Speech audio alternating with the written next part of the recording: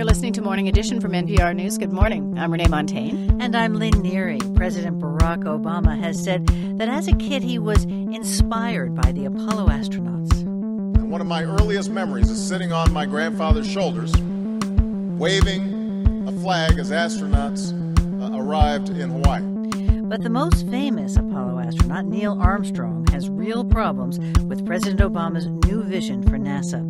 Yesterday, in a rare public appearance, he told lawmakers why. NPR's Nell Greenfield-Boyce reports. Neil Armstrong was the first man to set foot on the moon. It's one small step for man, one giant leap for mankind. Since those famous words, he hasn't said all that much.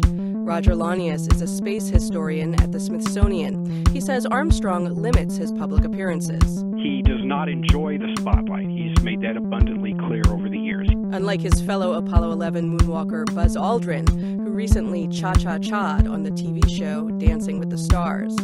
So yesterday, when Armstrong walked into his Senate hearing room, the cameras went crazy.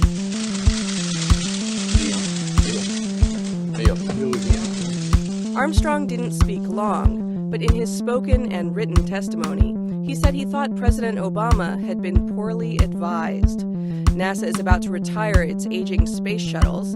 The president wants to cancel the new rocket program NASA had been working on, and instead get astronauts into orbit using vehicles being developed by private companies.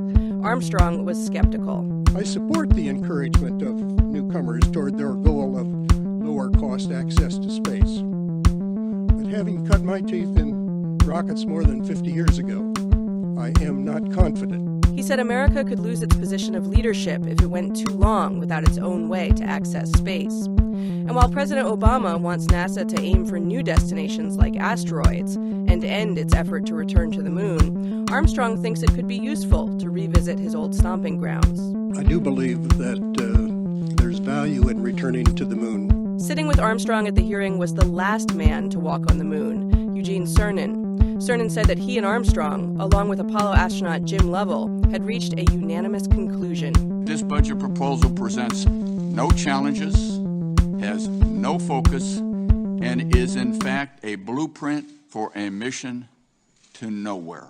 Another astronaut at the hearing, NASA Administrator Charlie Bolden, said he appreciated their thoughts, but noted, reasonable people can disagree. And other big-name astronauts do support the president's proposals. Buzz Aldrin traveled with the president on Air Force One when he visited Kennedy Space Center. And Sally Ride has stated that the new plan is a bold strategic shift.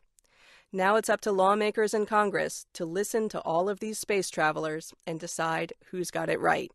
Nell Greenfield-Boyce, NPR News.